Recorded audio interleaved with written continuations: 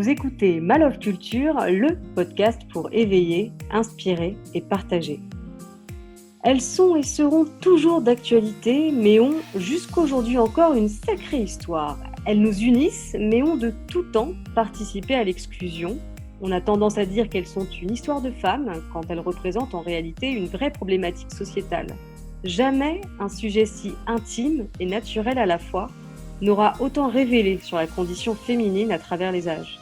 Tabous, confort, environnement, sexualité, place, droit, mode d'emploi, choc, syndrome, précarité, toxique, devoir, sorcière, secret, conseil, peur, honte, humour, représentation, art, amitié, vie.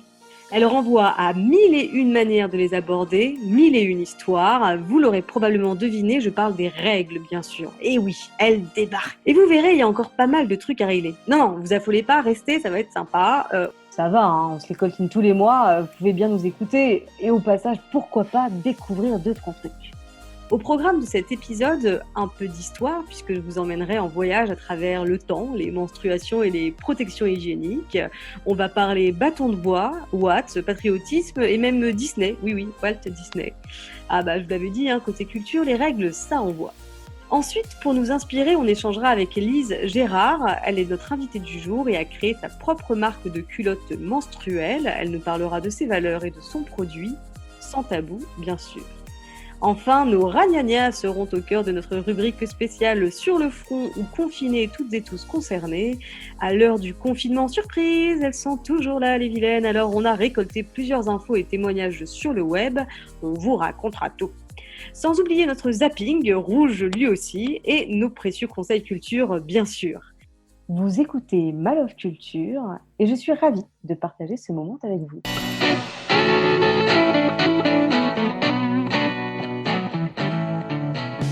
Aujourd'hui, on estime que ce sont 2 milliards de femmes à travers le monde qui, chaque mois, ont leurs règles. Pourtant, même si la parole se libère depuis quelques années, le sujet n'en reste pas moins tabou. Les préjugés culturels sont si importants qu'ils définissent et affectent encore la place des femmes dans les différentes sociétés. C'est le cas historiquement et ça l'est encore aujourd'hui, oui, même dans notre pays. Les règles demeurent un facteur d'exclusion, la faute à un manque de connaissances sur le sujet, à des légendes populaires et croyances qui ont la dent dure, mais aussi à un manque parfois total d'accès aux protections hygiéniques. Et c'est de leur histoire que j'aimerais justement vous parler aujourd'hui. Parce que si avec toutes les batailles livrées ou en cours, les femmes de notre siècle galèrent dans un monde où plusieurs types de protections hygiéniques existent désormais, quid des femmes d'un autre temps ? Comment se protégeaient-elles avant, il y a des centaines ou des milliers d'années ?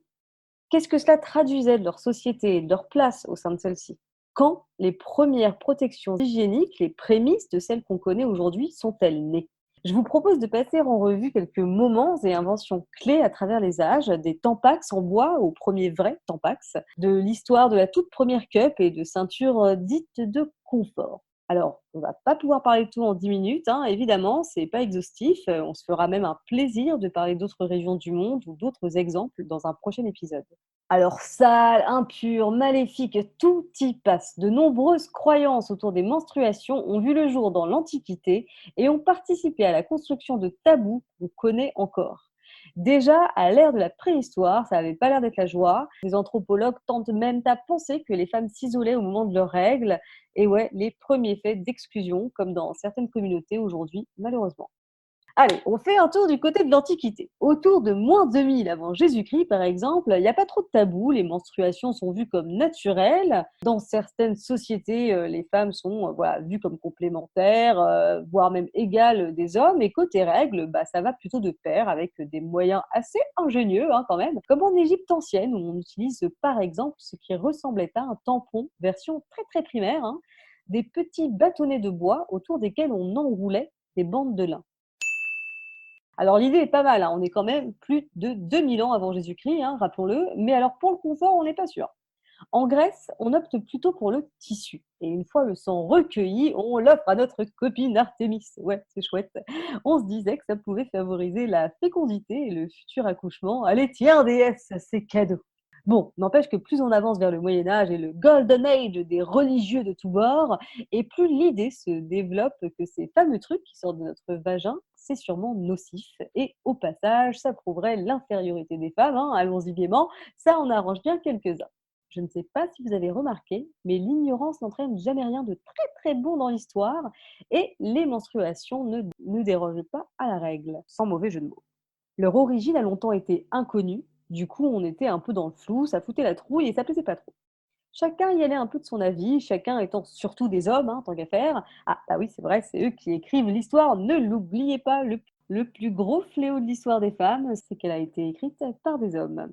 Ah bah, Hippocrate, par exemple, à la fin de l'Antiquité, il a bien foutu sa merde déjà. Il avait observé certains sauts d'humeur chez des femmes qui avaient leurs règles, et il en a donc déduit que le sang qui coule devait participer à notre bonne santé psychique. Merci Hippocrate.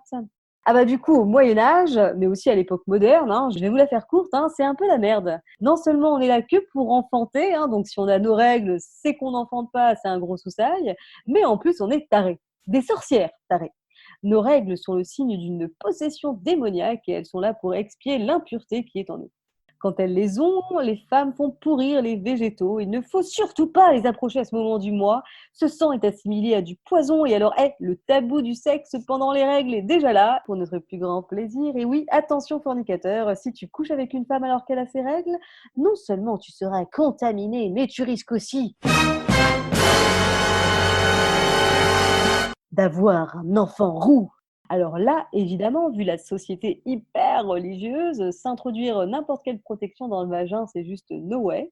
Alors elles font quoi? Bah, elles pratiquent déjà le flux instinctif, hein, dont on parle beaucoup aujourd'hui. Ah, la mode, cet éternel recommencement, hein. Les femmes du Moyen Âge laissent en effet couler leur sang, en silence si possible, et leurs jupons font donc l'affaire et cachent la misère. Bah ouais, pas de sous-vêtements et pas de protection. Alors le Moyen Âge, c'est 16 siècles, hein, donc c'est très, très, très long et à l'époque moderne, bah, c'est pas beaucoup mieux, n'en déplaise aux Lumières. Là encore, les femmes les plus riches utilisent des chiffons, parfois brodés aux armes de leur maison, soit pour s'essuyer, soit pour les mettre dans leur culotte, qui n'est pas vraiment notre culotte d'aujourd'hui, hein. L'histoire nous raconte par exemple comment Marie-Antoinette, souffrant de règles abondantes, voire hémorragiques, alors qu'elle était en prison, demandait ses chauffoirs, comprenaient ses chiffons ou tissus menstruels. Arrive enfin le 19e siècle, on commence un peu à bouger. On vous l'a dit, la création et l'accès aux protections hygiéniques, ça va de pair avec le niveau d'émancipation des femmes dans une société à un point donné de l'histoire. Du coup, au milieu, mais surtout à la fin du 19e siècle, c'est pas encore gagné pour nous, hein. Il y a quand même Napoléon et le Code civil, hein, qui est pas mal dans son genre craignos, mais ça avance un peu quand même.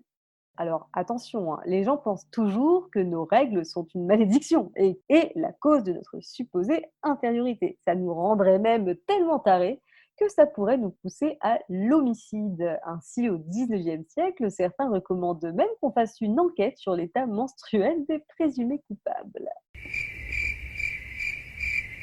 Mais alors, au milieu de ce même siècle, on a quelques bonnes nouvelles. On en est au balbutiement, mais on commence un peu à capter comment le cycle menstruel fonctionne. Du coup, ça commence un peu à faire moins peur, mais c'est pas encore ça. Pasteur, quant à lui, révèle l'importance de l'hygiène. C'est l'ère de l'industrialisation. Et alors, ajoutez à cela la machine à filer le coton, hop la boum, on commence à voir une vraie production de sous-vêtements et, surprise, de protection hygiénique qui commence à ressembler à quelque chose. Alors ça commence avec des ceintures sanitaires en caoutchouc. Alors ça ressemble à des gaines, les femmes passent cette espèce de ceinture autour de la taille et celles-ci retiennent entre leurs jambes une serviette éponge.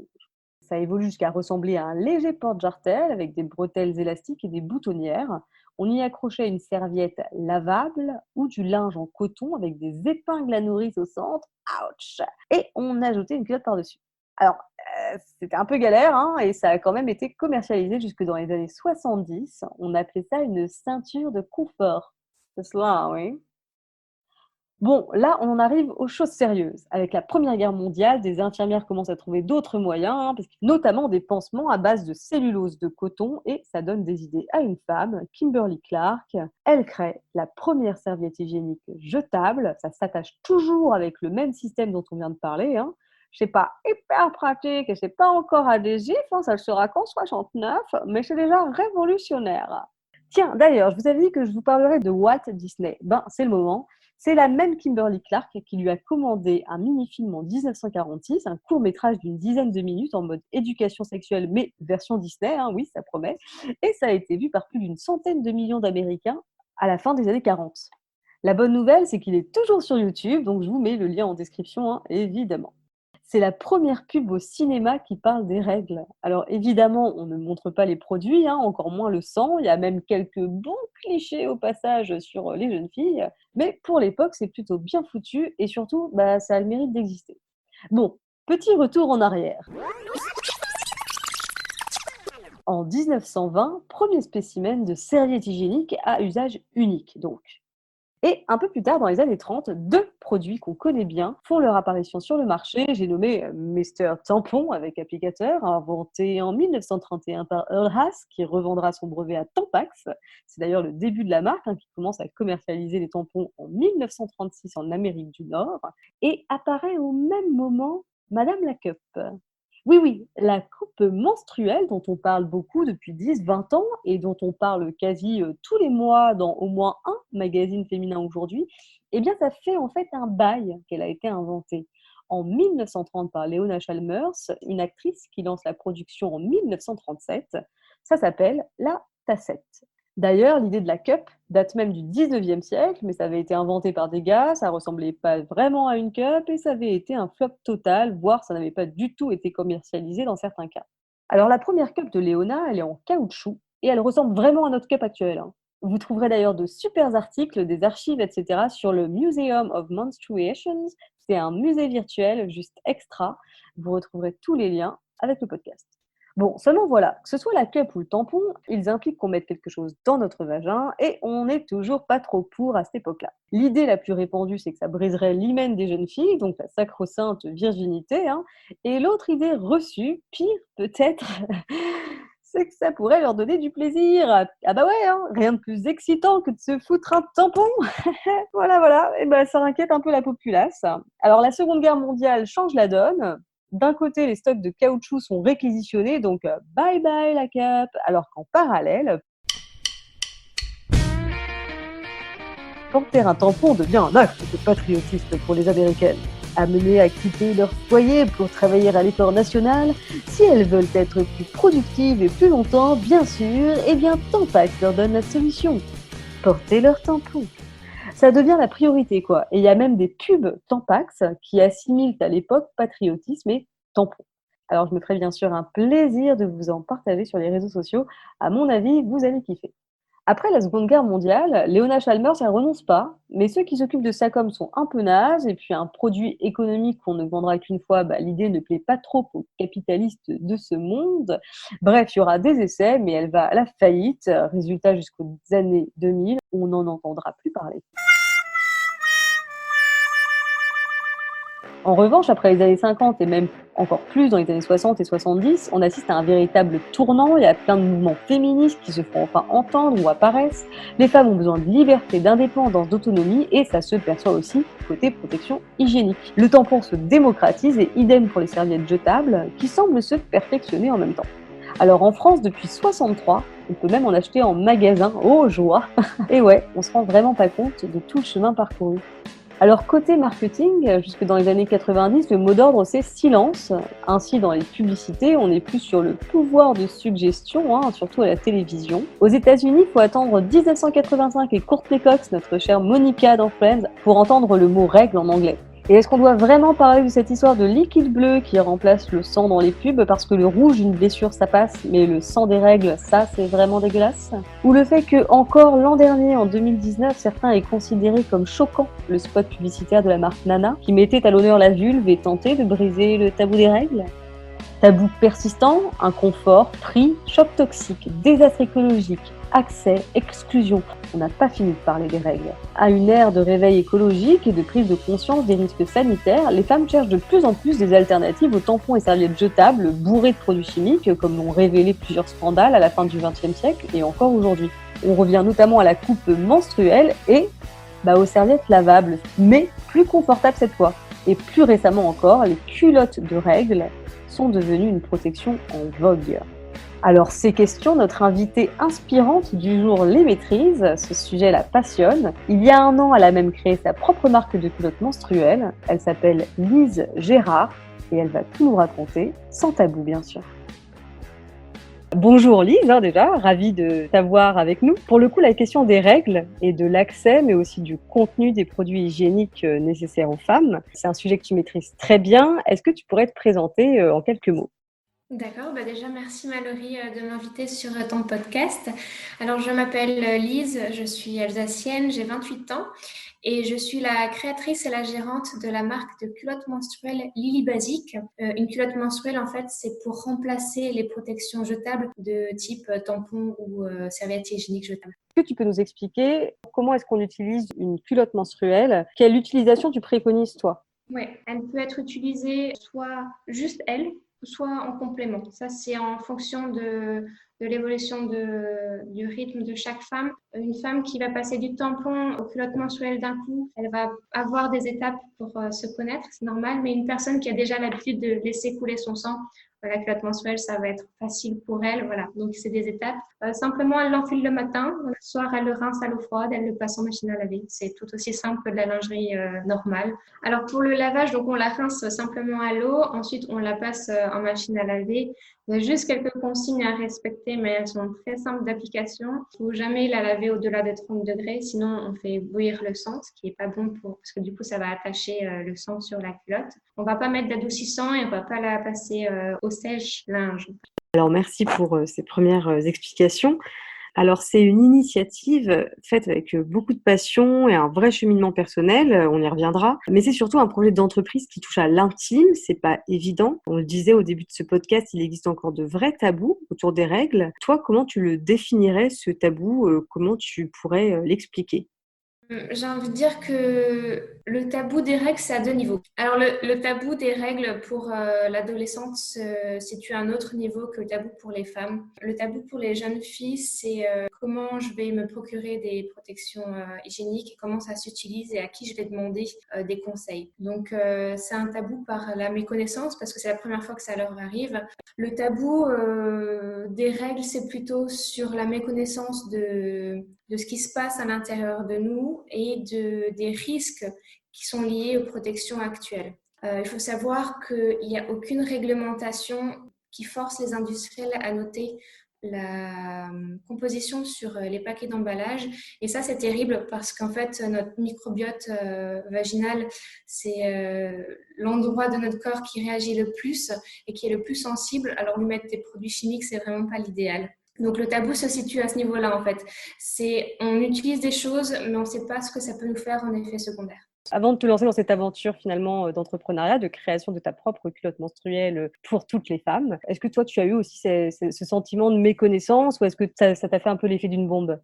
Plutôt l'effet d'une bombe, tout simplement parce que moi, je portais des tampons hygiéniques jusqu'à 2014 et j'ai fait une infection à un tampon. Je ne les portais pas plus d'1 ou 2 heures. Malgré ça, j'ai eu toutes mes parois vaginales qui se sont inflammées. Donc moi, c'était le grand boom en 2014. J'ai cessé de porter des tampons et c'est à ce moment-là où j'ai ouvert les yeux également sur toute l'industrie qui nous cache en fait les méfaits de ces protections menstruelles, en sachant que moi, les serviettes hygiéniques jetables, je ne les supporte pas. Donc tu n'avais pas d'autre solution à ce moment-là? Ouais, je me suis trouvée un petit peu face à moi-même. J'étais une jeune femme. En plus, je vivais en Chine à ce moment-là. J'avais pas accès à la COP. J'ai eu un parcours très personnel où ça a été douloureux. Du coup, mon processus, ça m'a amené à créer la marque par la suite par la communauté de femmes qui m'ont aidée à savoir ce qui était important dans cette culotte. Oui, c'est ça. Ton parcours personnel, du coup, il a été plus qu'important dans ta démarche. Oui, tout à fait, tout à fait. À l'époque, quand ce problème-là t'est arrivé, tu t'es d'abord créé tes propres culottes, c'est ça? Avant de penser à en créer pour les autres. Oui, oui, tout à fait.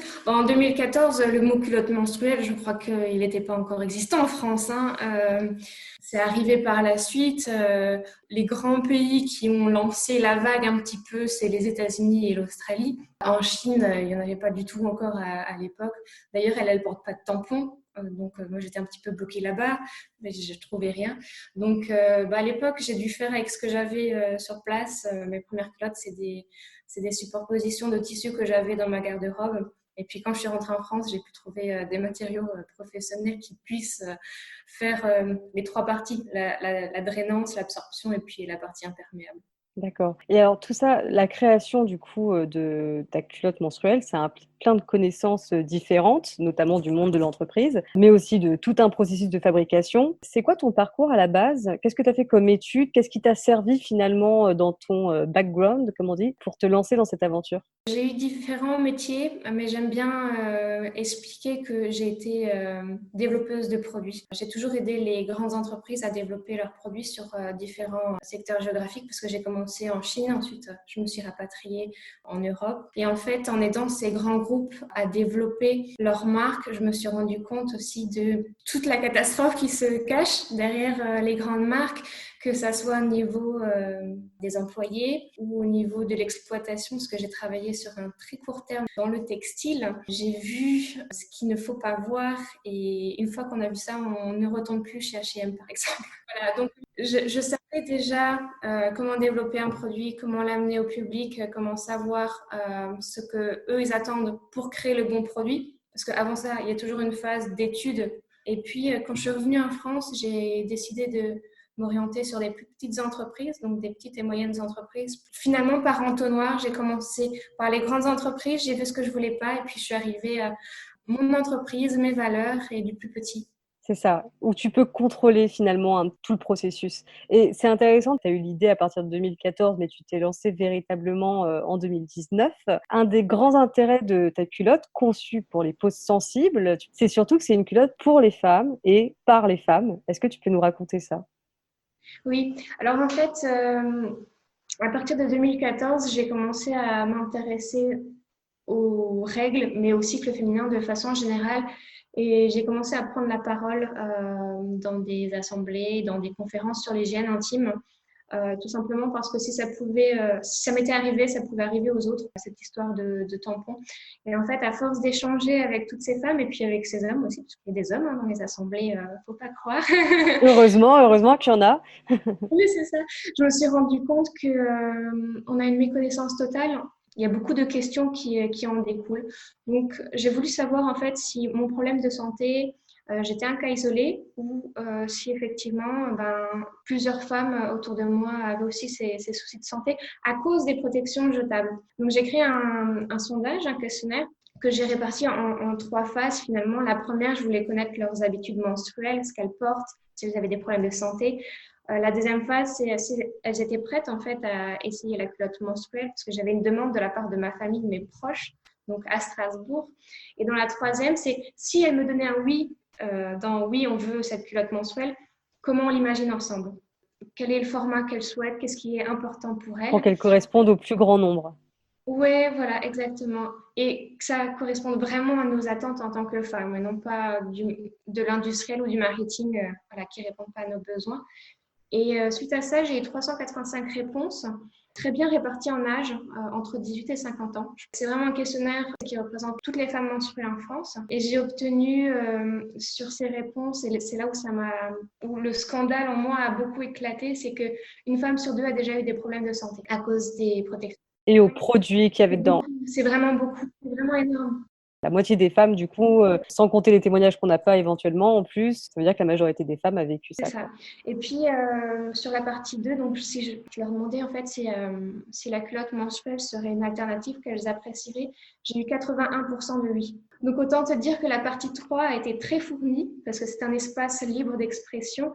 Et j'ai récolté tellement d'informations, j'ai eu tellement de motivation de leur part qu'on a créé comme ça la première collection. Déjà dans la démarche, c'est beau et effectivement d'avoir autant de réponses et de réussir à créer un produit, comme je disais, hein, pour les femmes, mais aussi par les femmes, finalement, c'est superbe de pouvoir faire ça et d'avoir cet échange du coup avec, celles qui vont utiliser son produit, c'est super. Alors on assiste en ce moment à un vrai essor, hein, des startups, qui veulent proposer ce genre d'alternative. Toi, tu fais quand même partie des pionnières en France, mais actuellement, c'est vrai qu'on est en plein dans un début de tendance, d'alternatives aux tampons et aux serviettes. On commence en tout cas à en parler parler un peu plus librement, entre guillemets, hein, selon les milieux, notamment parce qu'ils sont bourrés de produits chimiques. C'est un des premiers scandales qui revient, comme tu le disais. Alors, dans notre pays, ça date de 2-3 ans, ça date exactement de 2017, où il y a une grosse étude lancée par 60 millions de consommateurs qui avait fait le plus gros scandale jusqu'à présent.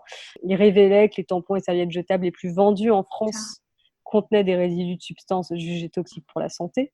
Et en parallèle, on parle aussi d'un fort impact environnemental. Chaque année, c'est plus de 45 milliards de serviettes ou de tampons qui sont jetés dans le monde. Ça équivaut à une bouteille en plastique en termes de dégradation dans l'environnement. Voilà, ça met 500 ans à se dégrader. En fait, on parlait justement des hommes qui venaient à ta conférence, mais pour le coup, c'est vrai, c'est un sujet de société, pas simplement parce que ça peut concerner leur mère, leur fille, leur sœur, etc. Mais parce qu'au-delà de ça, il y a un véritable enjeu et de santé et d'environnement derrière qui est censé, normalement, n'est-ce pas, intéresser tout le monde. Toi, dans les réponses des femmes voilà, qui ont participé à la création de cette culotte, c'était quoi les points primordiaux pour elles?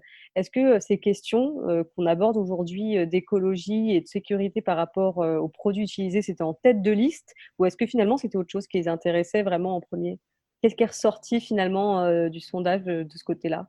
Eh ben, tu vois, quand j'ai créé le sondage, je pensais que ça allait ressortir, la question de l'environnement, que c'était très important, que le prix comptait, que la composition comptait. Alors oui, tous ces éléments comptent, mais quand tu as les pourcentages pour chaque réponse, tu te rends compte que finalement, on est encore sur la pyramide de Maslow, les besoins primaires, avoir une protection qui te permette de ne pas avoir de fuite, une protection qui soit confortable. Donc, en fait, ça te montre que les protections à l'heure actuelle, on n'a toujours pas comblé la base. Ne sont pas adaptés aux femmes en fait, de toute C'est manière. ça. Au-delà des enjeux de santé ou d'écologie, etc., c'est juste de toute manière pas adapté en fait aux femmes. C'est ça.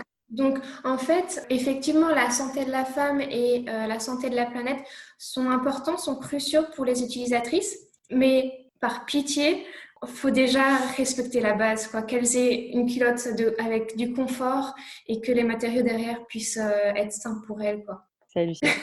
C'est étonnant, hein, mais c'est la vérité. Ouais, ouais. Non, mais heureusement que tu en parles. C'est aussi la question, voilà, c'est d'essayer de comprendre finalement les femmes d'aujourd'hui. En France, en plus, il y a des femmes de notre pays qui n'ont malheureusement pas accès aux protections hygiéniques, jetables ou non. Et dans certains pays, c'est encore une véritable honte. Les femmes qui sont reculées de la société. Enfin, dans certains pays, ça va beaucoup plus loin que ça. Et c'est vrai qu'on se dit, nous, on est en France et finalement, même la base, elle n'existe pas pour nous, quoi. Enfin, elle n'a pas été pensée pour nous, en C'est tout ça. cas.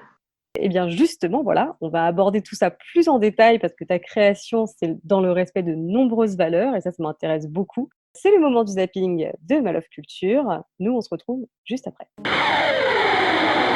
C'est le zapping.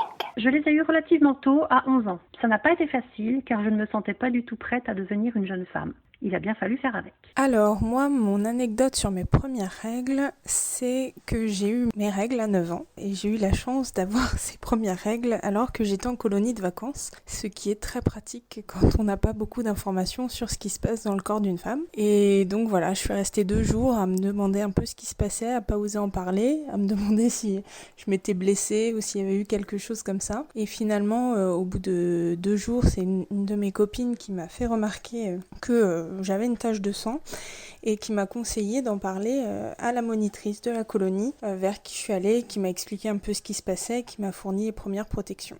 Donc voilà, ma première expérience avec les règles. La première fois que j'ai eu mes règles, c'est arrivé pendant la nuit. Donc le lendemain matin, quand je suis partie au collège, ma mère avait pris soin de me donner plusieurs serviettes hygiéniques à mettre dans mon sac. Et arrive la première récré et j'ai un ami qui décide de fouiller dans mon sac pour trouver quelque chose d'intéressant. Et il voit les serviettes et je pense qu'il n'avait aucune idée de ce que c'était, mais il l'a sorti et l'a brandi en disant « Mais qu'est-ce que c'est que ça ?» Et quand il a vu que j'étais complètement gênée, il s'est mis à courir avec cette serviette qu'il agitait comme ça au-dessus de sa tête. Et évidemment, moi, complètement mortifiée, je me suis mise à lui courir derrière pour essayer de rattraper ma serviette. Et évidemment, cette scène s'est déroulée devant toute notre classe. J'ai toujours utilisé des serviettes et tampons jetables, mais dans un souci de réduire au maximum mes déchets, j'ai découvert les serviettes en fibre de bambou lavables. Celles que j'ai achetées sont fabriquées en France, en Normandie.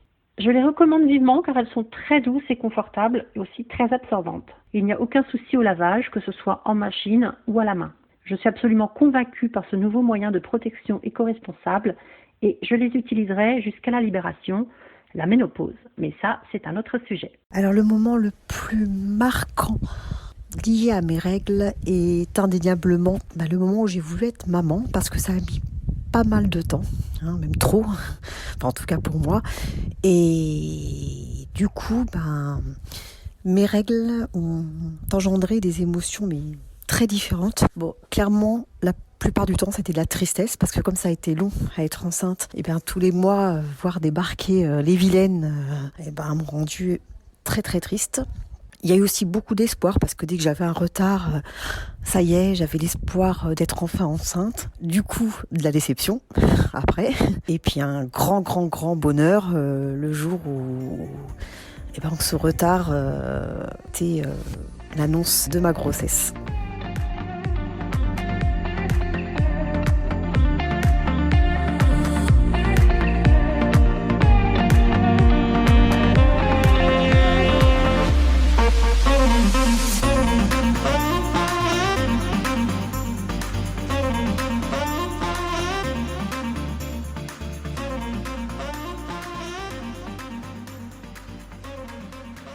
Vous écoutez toujours Ma Love Culture et je suis toujours à distance, mais en très bonne compagnie avec Lise, créatrice de Lily Basique. Alors là, on échange sur un exemple de culotte menstruelle, la sienne en l'occurrence, mais il y a d'autres alternatives. Alors, à celles qui nous écoutent, alternative ne signifie pas sans danger non plus. Il y a par exemple des cas de syndrome, de choc toxique avec des coupes menstruelles. N'oubliez donc pas de vous renseigner sur la composition avant d'effectuer votre choix. La seule bonne protection, c'est celle qui vous convient, qui respecte votre corps, votre santé, vos valeurs.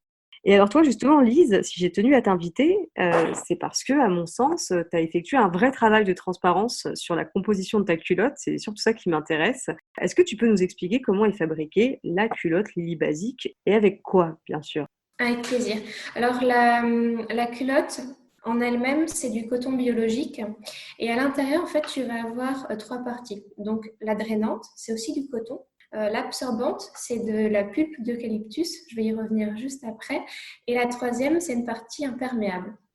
Et en fait, la particularité des culottes menstruelles, c'est que leur absorption est mécanique. Donc, il n'y a pas de produits chimiques comme on peut en retrouver dans les protections jetables. C'est le filage, le maillage des fils qui va faire que l'absorption est plus ou moins importante et efficace. Et alors, quand je parle d'eucalyptus, donc la partie absorbante, je ne parle pas d'huile essentielle, ça ne sent pas l'eucalyptus. En fait, c'est la fibre naturelle de l'eucalyptus qui est un arbre qui est naturellement absorbante. Dans mon choix, pourquoi j'ai pris l'eucalyptus, je me suis retrouvée face à trois choix. Dans l'absorption, on a le chanvre, sauf que le textile du chanvre n'est plus au point en France ou ailleurs et l'absorption n'est pas idéale. Et après, on a le bambou et l'eucalyptus. Alors déjà, si on choisit par élimination, le bambou, c'est un faux ami environnemental parce qu'il demande énormément d'eau pour sa production et il est produit très loin, en Chine principalement.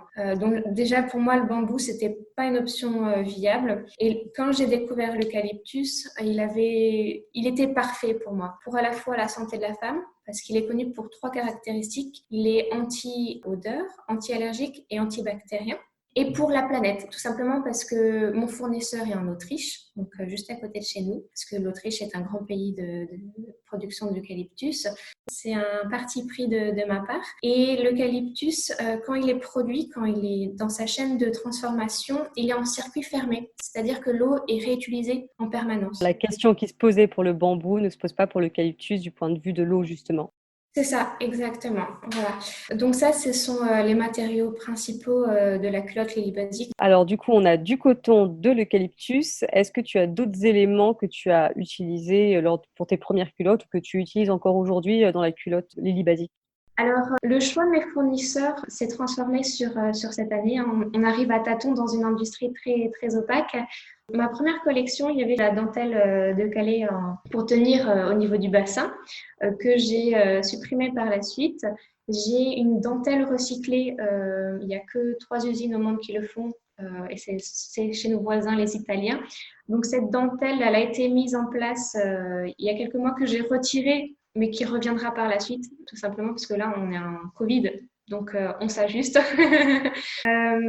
Oui, donc en fait, j'ai fait le choix de matériaux recyclés sur les matériaux possibles. C'est-à-dire qu'en fait, sur la partie imperméable, c'est une membrane en pull. C'est l'abréviation qu'on utilise aussi pour les couches culottes lavables de nos petits chérubins. Ah, Et en fait, ce pull peut être certifié recyclé. d'accord.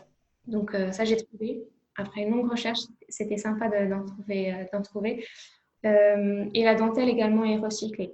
Donc, tout ce que je peux faire pour que les matériaux soient de haute qualité pour l'utilisatrice et qu'elle respecte l'environnement, voilà, j'essaye de cumuler le tout dans une culotte menstruelle. D'accord. Et du coup, à quel label tu peux répondre par rapport à l'environnement, mais aussi par rapport aux conditions de travail? J'ai 2 labels. Le label le plus connu, c'est Ecotex. Ça veut dire que c'est certifié sans produits nocifs pour la santé. Donc ça, c'est déjà top. Très important, et c'est du coup quelque chose qu'on peut repérer sur différents produits. Pour celles qui ne savaient pas ce que c'était, elles peuvent rechercher ce label-là pour savoir si le produit est sans risque pour elles. C'est ça. Le deuxième label qu'on retrouve plus difficilement parce que ça fait grimper les prix, malheureusement, c'est le label qu'on appelle GOTS. En plus de certifier que les produits sont biologiques, certifie le respect des employés dans la chaîne de valeur. Et ça, c'est très important également parce que ça sert à rien d'avoir un coton biologique si derrière le respect humain n'a pas été mis en place. Exactement. Ce que je trouve admirable, c'est que tu es allé au bout de la démarche. Mais ce que je trouve vraiment important aujourd'hui, voilà, c'est ça. C'est de faire un achat en pleine conscience, d'avoir la possibilité d'avoir finalement assez de transparence sur un produit comme le tien pour savoir qu'il est en respect avec toutes nos valeurs. Parce que, voilà, personnellement, si je veux prendre un produit qui soit respectueux vis-à-vis de ma santé et de l'environnement, j'ai aussi besoin de savoir que il n'a pas atteint la santé de personnes qui ont participé à sa création et qui vient pas de perpétuer oies, comme on dit chez moi, parce que du coup, le côté écolo, environnemental, ça aurait plus vraiment de sens si c'était pas fait à côté et si ça avait fait des milliers de kilomètres pour venir jusqu'à moi, ce que toi tu respectes aussi, du coup, avec l'Autriche, l'Italie, tu m'as parlé du Portugal aussi, et de la France, hein, bien sûr. Et toi, c'est vrai que mine de rien, cette entreprise, bien sûr que l'idée, ça fait 6 ans qu'elle germe dans ta tête, mais c'est quelque chose que tu as fait en un an. En un an, tu as poussé toutes ces démarches pour que ton produit puisse respecter tout un tas de valeurs. Moi, je veux juste saluer ça, je trouve ça incroyable. Et moi, c'est une des questions que je me pose, c'est combien de temps ça t'a pris finalement de créer une culotte? Combien de temps ça prend? Parce que là, petit à petit dans la discussion, je pense que les gens ils réalisent le nombre de recherches que ça t'a demandé. Mais voilà, finalement, est-ce que tu as mis, là on se parle à 1 an de la création de ton entreprise, est-ce que ça t'a mis 1 an pour créer ta culotte? C'est quoi les étapes principales, les grandes lignes de la création? Déjà, c'est un processus quotidien parce que rien n'est figé. J'en suis déjà à mon 3e atelier de production.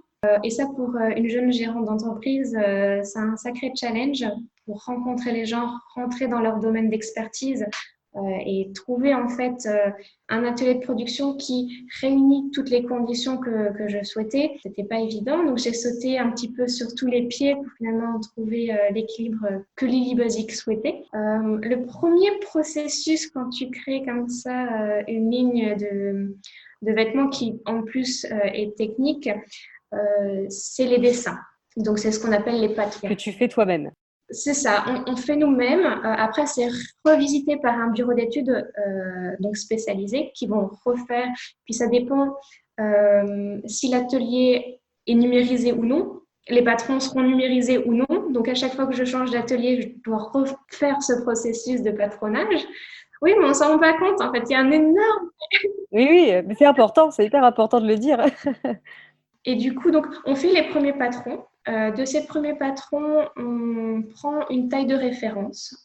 Là, en l'occurrence, pour le dernier atelier, on a pris le 38.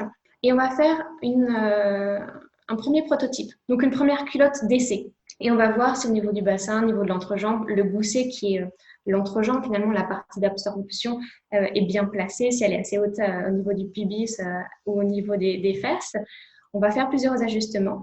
Et une fois que la taille 38 est validée, on va faire les patrons des autres tailles, donc des tailles inférieures et des tailles supérieures. On va faire Les prototypes, on va les faire tester à une batterie d'utilisatrices et on va modifier selon ce que les utilisatrices me donnent comme retour. Par exemple, pour le 42 et le 44, ça a été une grosse lutte parce qu'en fait, on ne s'en rend pas compte, mais on ne grade pas de la même façon pour les tailles petites et les tailles grandes. Et à partir du 42, on change la typologie de gradation. Qu'est-ce que tu appelles la typologie de gradation? En fait, entre le 34 et le 38 ou entre le 34 et le 40, il n'y a pas une grande différence sur les dessins. C'est-à-dire que finalement, on n'a pas un énorme bidou, on n'a pas d'énormes fesses. Le coton peut accepter une... Et un peu malléable. Ouais, et malléable, c'est ça. À partir du 42, et c'est là où c'était très intéressant quand je faisais les tests sur mes propres utilisatrices, c'est-à-dire qu'elles venaient ou que j'allais chez elles et qu'on notait toutes les informations, on s'est rendu compte que le bidou n'était pas pris en compte. Et il y a beaucoup de femmes avec du bidou. Et en fait, le coton ne va pas réagir de la même façon et il va rouler à l'avant. Et souvent, ça, les marques ne le prennent pas en compte. C'est pour ça que sur ma nouvelle gamme de taille, je vais jusqu'au 44. Alors, ça peut paraître peu, mais finalement, un 44, ça peut correspondre à un 44 comme à un 48 parce qu'on a pris cette fourchette de besoins, tu vois. Ouais. Donc, je sais par exemple que moi, ma taille 44, je l'ai fait tester à une femme qui fait un tour de bassin de 132, donc qui correspond à un 48. Marketingement, je ne peux pas dire jusqu'à 48, mais je sais que les femmes qui mettront 44 seront à l'aise. Et ça, c'était important. Ouais. D'accord. Oui, exactement. Encore une fois, voilà, pour les femmes, par les femmes, et pour le coup, ça correspond à un vrai corps de femme. C'est important aussi. Alors, remplir tant de critères, on imagine bien que ça a un coût. C'est la question qui fâche. On a parlé de confort physique, mais il y a aussi la question du confort financier, forcément. Il y a pas mal de femmes qui s'interrogent sur l'aspect onéreux de certaines alternatives aux serviettes et tampons jetables qu'on trouve dans le commerce. Alors, comment toi, tu expliques le prix aux potentielles utilisatrices de ta culotte menstruelle et surtout, combien coûte la fameuse Lily Basique? Oui, avec plaisir. Ouais, c'est une bonne question qui, au début, la réflexion de « Ah, ça peut paraître cher » apparaissait, mais je t'avoue que c'est totalement disparu depuis maintenant 6 mois. Je ne l'entends plus, cette réflexion. Les femmes ont compris. En fait, il y a 2 gammes de prix. Donc, la flux légère à 41 et la flux abondante à 42. Ce qui explique ce prix, c'est déjà la proximité avec toutes les personnes qui interviennent dans la chaîne de valeur. Il faut savoir que les personnes qui filent, donc qui font le tissu, elles sont en Italie. Celles qui font la teinture sont en Italie. Pour l'absorption, ils sont en Autriche. Pour tout ce qui est donc les dessins et les tests de culottes, donc ce qu'on appelle les patrons et les gradations, c'est en France. Et la confection, donc finalement l'assemblage de ces matériaux au Portugal. Donc le fait d'avoir des intervenants proches, on est en zone européenne, il faut payer les salaires en adéquation avec leur expérience et autant aussi que ça induit, parce que faire une culotte, c'est long. On a besoin de temps pour la confectionner. Voilà, donc. Oui, puis comme tu viens de le dire, si on veut avoir une traçabilité, une transparence du processus de fabrication, des gens qui sont impliqués dans cette fabrication, des matériaux, etc., finalement, c'est aussi le prix à payer pour cette transparence et pour ces valeurs. Voilà. Finalement, si on voulait réduire le prix, soit on devrait changer la composition de la culotte, la qualité en tout cas du grammage par exemple, qui est important. Quand on a un t-shirt par exemple, il y a certains t-shirts qui vont être à 2 €, mais au bout de 3 lavages, ils vont perdre de leur qualité. C'est le grammage, c'est le poids. Il y a de ça. Ou alors, on va produire en Chine comme beaucoup de marques émergentes et je connais leur coût de production parce qu'à la fois, j'ai travaillé en Chine et j'ai les fournisseurs chinois qui m'écrivent, donc je sais pertinemment que voilà, le coût d'une culotte là-bas coûte 1 ou 2 €. Donc, ils peuvent se permettre, bien sûr, de faire des culottes à 20 €, il n'y a aucun souci. Mmh. Et puis, après l'histoire de c'est cher, est-ce que je m'y retrouve en tant qu'utilisatrice, c'est économique par rapport aux protections jetables. Dans le questionnaire que j'ai lancé, je leur demandais justement leur budget qu'elles avaient mensuellement avec leur protection jetable, parce que dans le questionnaire, on se rendait bien compte que le jetable était encore une majorité. Et donc, j'avais mis une échelle de prix, en dessous de 5 euros, entre 5 et 10 euros et au-delà de 10 euros par mois. Et je leur disais bien, on ne prend pas en compte les rendez-vous chez les gynécologues, les draps tachés, les culottes qu'on doit remplacer. C'est ça. On n'est pas sur le coût des règles qui peuvent aussi comprendre les médicaments, tout ça. Là, on est vraiment sur la protection. Exactement. Sur Oui. la protection en elle-même. Et en fait, 50% d'entre elles ont un budget qui s'apparente à 10 euros par mois. Bah, c'est vrai qu'on y est assez rapidement, hein, de boîtes de tampons, enfin voilà.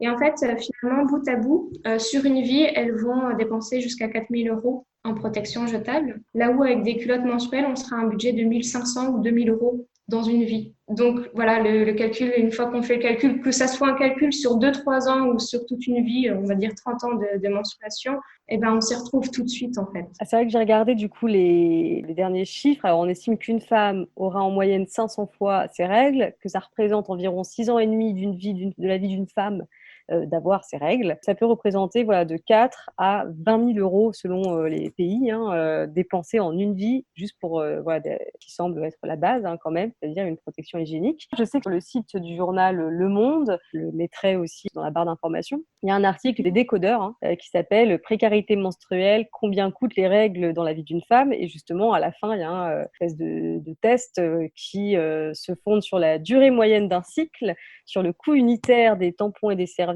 qui a été évalué en 2018, qui comprend justement la question vraiment globale du coût des règles, c'est-à-dire aussi tout ce qui est antidouleur, consommation de paracétamol, etc. Sur la base d'une prise quotidienne. Là, on n'est même pas en plus de ça dans de plus gros problèmes liés aux règles comme l'endométriose, etc. Alors, pour celles qui aimeraient faire ce test, je vous donnerai bien sûr le lien dans les informations du podcast. En tout cas, Lise, l'article te rejoint. On estime qu'en moyenne, une femme en France va effectivement dépenser 10 euros pour chaque période de règles. Alors, c'est déjà énorme. Il y a beaucoup de femmes qui ne peuvent même pas se le permettre. Mais pour celles qui ont le choix de leur protection, quelques culottes menstruelles, ça peut être rentable sur le long terme, même si notre consommation est basse. Même ceux qui ont un tout petit budget annuel dans les protections jetables, elles vont s'y retrouver de toute façon. Oui, et puis et encore une fois, là, je parle que de si c'est l'aspect financier qui bloque quelqu'un, mais en vrai, le principal intérêt, il n'est pas là, évidemment. Comme tu l'as dit, il y a le confort, il y a la santé, il y a l'environnement, il y a plein de choses qui sont à respecter. Et en tout cas, moi, j'admire vraiment ta transparence là-dessus et le fait d'être jusqu'au boutiste. Comme je le disais, quand tu as envie d'aller vers ce genre de produit, tu as aussi envie que la personne qui le fabrique, elle aille bien, qu'elle soit pas payée des clopinettes. Tu as envie de tout ça et je trouve que ta démarche en 1 an, elle est remarquable. Je pense qu'elle peut en encourager beaucoup à se dire, bon allez, je peux le faire, c'est pas impossible, quoi. Ni en tant qu'utilisatrice, ni en tant que peut-être futur auto-entrepreneur. C'est encourageant, je trouve ça vraiment pas mal. Et tu me disais lors de notre première conversation, les règles, c'est ma vie. Est-ce que tu peux nous expliquer, nous raconter ça? Est-ce que c'est une phrase que tu as l'habitude de dire, j'ai l'impression? Oui, c'est ça. À force de parler de règles, que ce soit dans la dimension personnelle ou dans la dimension professionnelle, une fois, une amie gestuelle m'a dit tu devrais insérer dans ton site les règles, c'est ma vie, j'en ai fait mon entreprise ou mon business. C'est pas mal. Mais c'est vrai, en fait. C'est tellement prenant comme sujet parce que on doit libérer en fait cette parole au-delà de la culotte menstruelle qui représente une émancipation pour nous, pour notre confort. Ça permet aussi d'être un objet de discussion. Et donc ça, pour moi, c'est important parce que finalement, les hommes ne se rendent pas compte de ce qu'on vit finalement. C'est inconnu au bataillon. Moi-même, je ne savais pas que j'avais un clitoris et je ne savais pas distinguer mon utérus de mon vagin pendant très longtemps. Et je trouve que c'est catastrophique que l'anatomie masculine soit expliquée et l'anatomie féminine mise de côté parce qu'en découle derrière une liberté et une aisance à la fois pour qu'on vive bien nos cycles et puis aussi sexuellement pour nous épanouir. Ouais, tu as complètement raison. D'ailleurs, c'est un vif débat, la représentation des organes génitaux féminins dans les manuels scolaires, par exemple. Je me souviens, en 2017, je me rappelle qu'on applaudissait enfin un éditeur d'un seul manuel d'SVT qui montrait clairement le clitoris. Et puis depuis l'an dernier, en 2019, ça bouge, il y en a de plus en plus. Ça avance donc, mais on a encore du chemin à faire sur ce qui semble pourtant basique finalement. Si je reprends ce que tu viens de dire, tu as utilisé le terme basique et la marque s'appelle Lily Basique. Et basique, c'est toute cette dimension. C'est oui, on mérite d'avoir une lingerie adaptée pour toutes les phases qu'on vit en tant que femme, mais aussi tous ces sujets devraient être basiques. Et ça l'est pas encore. C'est pour ça que c'est important. Bien sûr, tu as complètement raison. Eh bien, merci beaucoup, Lise. Et avant de te laisser, tu n'y échapperas pas. C'est la question posée à chaque invité de ce podcast, si possible en lien avec notre thématique du jour. Est-ce que tu aurais un conseil culturel à partager avec nous? Alors, il y a une lecture qui est très intéressante. Ça a été écrit par Monsieur Winkler en 2008. Le titre de son livre s'appelle « Tout ce que vous avez toujours voulu savoir sur les règles sans jamais avoir osé le demander ». Et ce livre, c'est un petit bouquin de poche qui simplifie la compréhension de notre cycle. Et moi, ça m'a beaucoup aidé pour, en tant que femme, en tant qu'adulte, de décomplexer sur tout ce que je ne savais pas. Donc ça, c'est top. Tu vois, c'est un homme qui l'écrit, donc on ne rentre pas dans tout ce qui est émotionnel. Voilà, c'est pas une discussion de femme par une femme pour une femme, mais ça pose au moins certaines notions qui sont importantes. Puis avec un vocabulaire très simple que tout le monde peut attraper, c'est très agréable. Merci beaucoup en tout cas Lise, d'avoir partagé avec nous ton histoire, tes valeurs aussi, tes bonnes idées. Je pense que ça a permis à beaucoup de femmes à répondre à leurs questions et peut-être, on espère, à des hommes aussi. Ça a peut-être aussi inspiré des personnes à se lancer dans leur propre projet. C'est pas plus mal, c'est encourageant comme je disais. Où est-ce qu'on peut retrouver toutes tes infos si on veut se procurer une de tes culottes ou en savoir plus? Alors, le site, c'est lilybasique.com. Eh bien, encore merci, Lise, d'avoir échangé avec nous. Ce podcast n'est pas fini, hein. Restez avec nous. On se retrouve juste après une petite pause musicale pour notre chronique Sur le front ou confinés toutes et tous concernés. Cette fois-ci, une chronique un peu spéciale.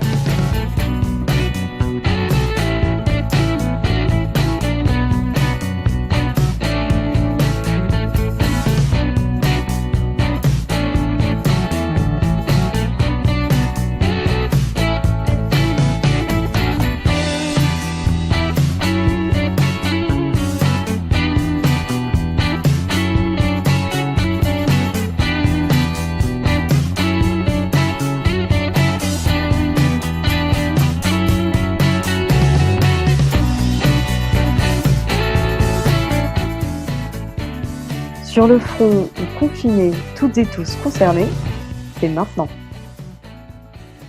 Alors aujourd'hui, ce n'est pas un, mais plusieurs témoignages dont on se fait l'écho. Pour l'occasion, je vous propose un petit tour du web. C'est parti pour une spéciale « Et oui, même confinés, nos règles sont toujours un sujet d'actualité. C'est dingue la nature !» Alors apparemment, en fait, pas pour tout le monde, plus du tout. Chamboulé ou à la bourre, en cette période de confinement, on a pu observer plusieurs témoignages de dérèglement hormonal. Il y en a tant que Ovidie a carrément lancé un sondage sur Twitter. La réalisatrice et actrice porno, qui s'inscrit dans la mouvance de la pornographie féministe, annonce la couleur sur son compte. 995 réponses, on est 40% à ne pas avoir nos règles normalement, ok, soit. Et surtout, on est 16,4% à ne plus les avoir du tout, plus chelou déjà. Sur eSanté.fr ou encore sur le Huffington Post, les gynécologues nous rassurent.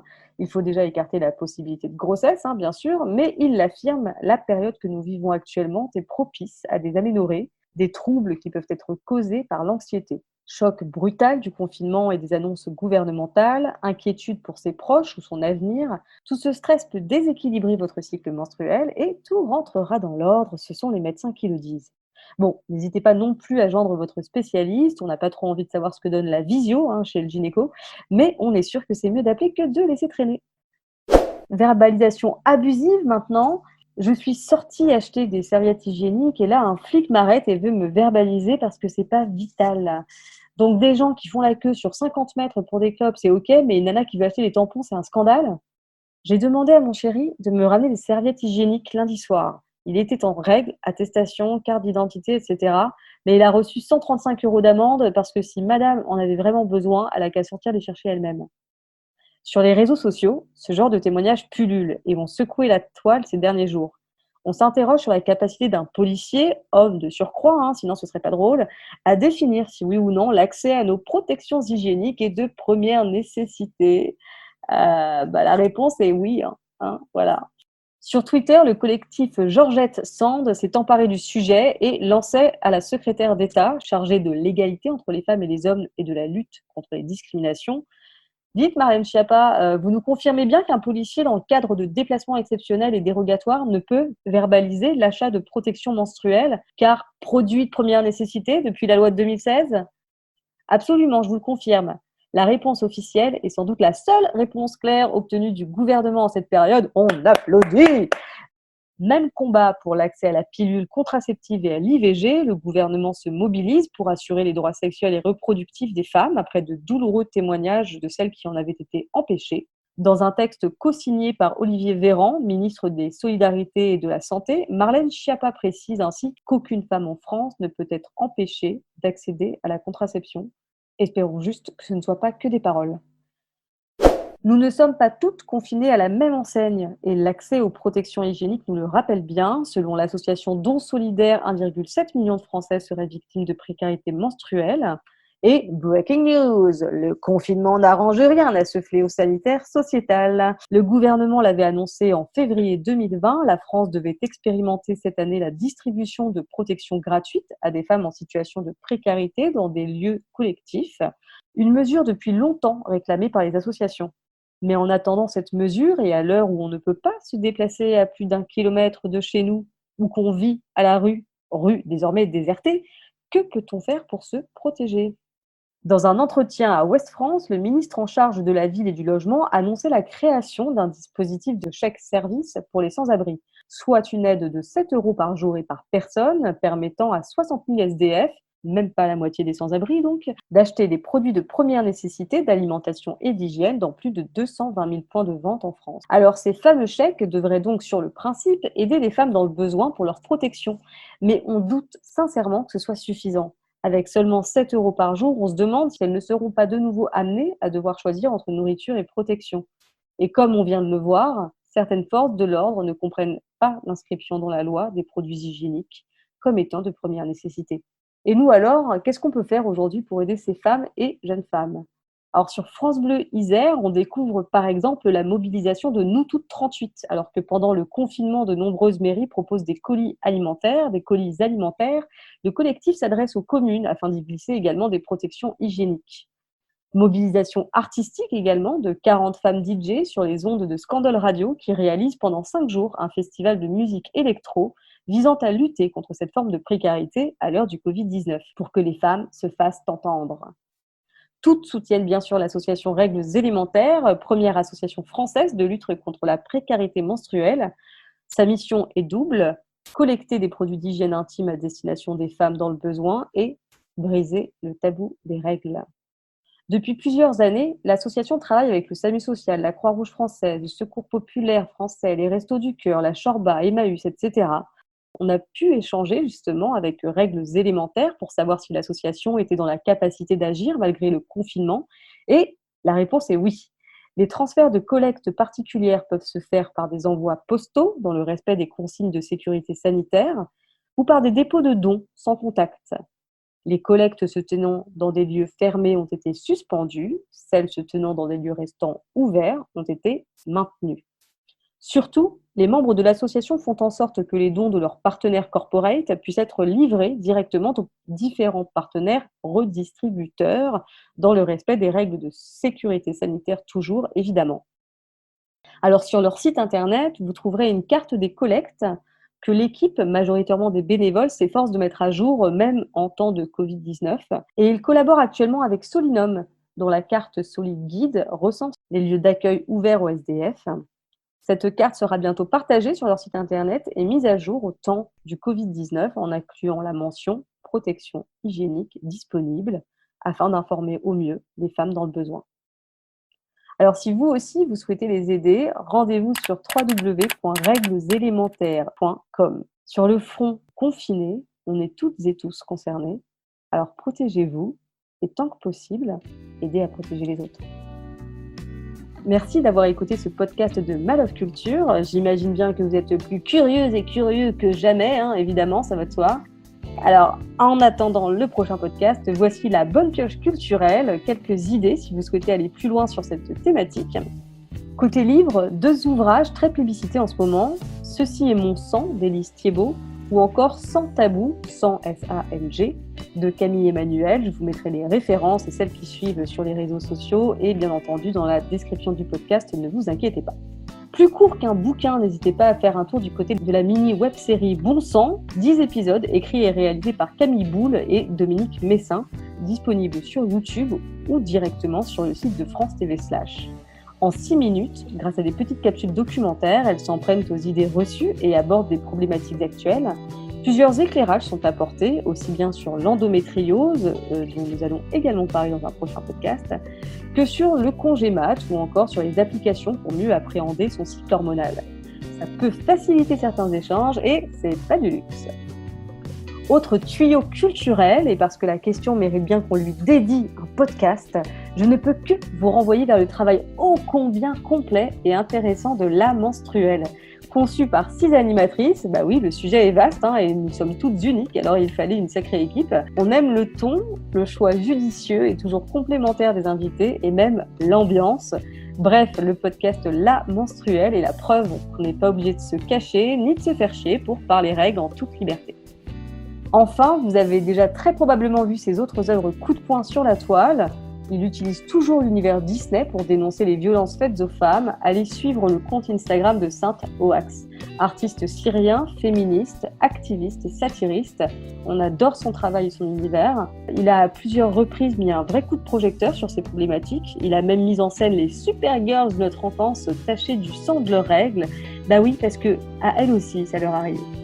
Alors ces œuvres-là datent de 2015, l'artiste y représentait les Bloody Princesses avec leur menstruation et on avait adoré le concept. Ariel et compagnie sont parfaites mais elles aussi ont leurs règles, pas de quoi en avoir honte, c'est naturel, ça c'est du message.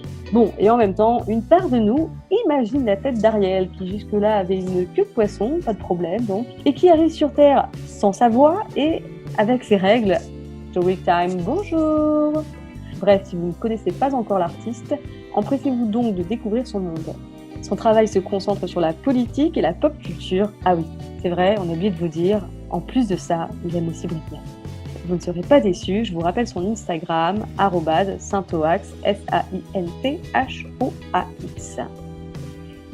Chères curieuses, chers curieux, voilà, c'est fini. Ouais, bon, ça aurait plus de gueule si c'était Jean-Louis Aubert qui est en train de le dire, mais on fait avec ce qu'on a, J'espère que ce podcast aura suscité votre intérêt, voire votre étonnement, qui sait, qu'il aura su vous éveiller et même vous inspirer. Merci encore à Lise Gérard, notre invitée du jour, et aux auditrices qui ont accepté de partager avec nous leurs histoires pour notre zapping rouge, mais aussi à Règles élémentaires pour toutes leurs infos. N'hésitez pas à vous abonner, à nous rejoindre sur les réseaux sociaux. Vous y retrouverez toutes les infos relatives à ce podcast et bien d'autres idées ou jolies découvertes. En attendant le prochain épisode, prenez grand soin de vous. Vous avez écouté Mal of Culture. Merci beaucoup d'avoir été avec nous.